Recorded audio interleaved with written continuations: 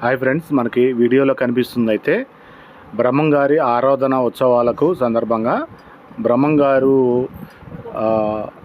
రచ్చబండ దగ్గర తొలిగా ఏదైతే బ్రహ్మంగారు కందిమల్లాయపల్లిలో గ్రామ పెద్ద ఎవరైతే గ్రామ కాపు లేదా మున్సిపు గారు నిప్పు చుట్టముట్టించుకోవడానికి నిప్పు అడిగినప్పుడు నిప్పు ఎవరైతే బ్రహ్మంగారు తీసుకొని రమ్మని చెప్పారో పోలేరు తీసుకురా అన్నప్పుడు పోలేరమ్మ తీసుకొచ్చి అప్పుడు చుట్టలు గిచ్చుకోవడానికి నిప్పు అయితే తీసుకొచ్చిందంట.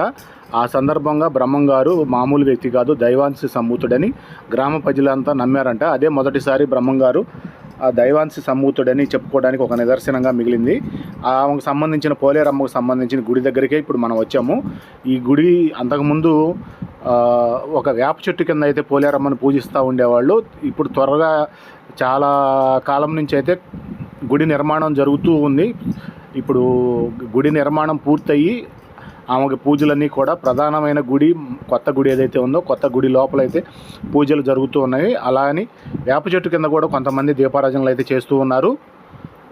ఈ ముఖ్యంగా కనిపిస్తుంది కదా, ఈ వేప చెట్టు కింద వరకు అయితే మొన్న గుడి కట్టక ముందు వరకు అయితే పూజలు నిర్వహిస్తూ ఉండేవాళ్ళు. ఇప్పుడు కూడా కొంతమంది నమ్మకంతో వేప చెట్టు దగ్గర ఇంకా దీపారాజనలు చేస్తూ ఉన్నారు. ఇప్పుడు మనకు కనిపిస్తుంది అయితే ప్రధానమైన కొత్త పోలేరమ్మ వారి కొత్త ఆలయం అన్నమాట. ఈ ఆలయానికి సంబంధించి కూడా ప్రహరీ గోడ కానీ లోపల నిర్మాణం కానీ చాలా చక్కగా అయితే నిర్వహణ చేశారు. నిర్మాణం చాలా బాగుంది.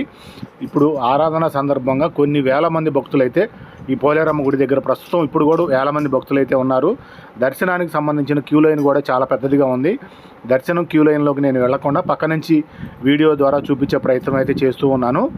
దర్శనం క్యూ లైన్లోకి వెళ్తే కనీసం 2 గంటలు దర్శనం టైం పట్టేటట్టుగా ఉంది కాబట్టి నేను అంత సమయం కేటాయించలేక నేను పక్క నుంచి అవకాశం ఉన్న వరకు కెమెరా ద్వారా వ్యూ అంతా చూపించే ప్రయత్నం చేస్తున్నాను. ఇప్పుడు మనం మెయిన్ గుడి ఏదైతే ఉందో గుడి లోపలికైతే వచ్చాము. గుడి లోపల వైపు ఇక్కడ ఇది టెంకాయలు కొట్టే ప్రదేశము. ఇక్కడ భక్తులంతా కూడా వారి వారి మొక్కుల ప్రకారం టెంకాయలు అయితే చెల్లిస్తున్నారు. ఇక్కడ టెంకాయలు కొట్టిన కుప్ప కూడా పెద్ద ఎత్తు కుప్పగా అయితే కనిపిస్తూ ఉంది. ఆరాధన ఉత్సవాలకు సంబంధించి వేలల్లో భక్తులు వస్తారు కాబట్టి కొంచెం ఒత్తిడి ఎక్కువగా ఉందని చెప్పుకోవచ్చు. లోపల గుడి విగ్రహం ఇట్లా ఉంటుంది. పోలేరమ్మ అమ్మవారిది, కనుమ పోలేరమ్మ అంటారు ఆమెని. క్యూ లైన్కి సంబంధించి దర్శనానికి వచ్చేవారు ఇట్లా క్యూ లైన్లో అయితే వెయిట్ చేస్తూ ఉన్నారు. నేను పక్క నుంచి అమ్మవారు గర్భగుడి లోపల అమ్మవారి విగ్రహం కొంత చూపించే ప్రయత్నం అయితే నేను చేస్తూ ఉన్నాను. గ్రిల్స్ లోపల నుంచి నేను కొంత జూమ్ చేసి చూపిద్దామని ట్రై చేస్తూ ఉన్నాను. కొంతవరకు అయితే అమ్మవారు కనిపిస్తూ ఉంది, అంత క్లియర్గా లేకపోయినా కొంతవరకు చూపించే ప్రయత్నం అయితే చేశానని అనిపించింది. ఆ క్యూ లైన్లో వెళ్ళి చూపించాలంటే అది అయ్యే పని కాదు.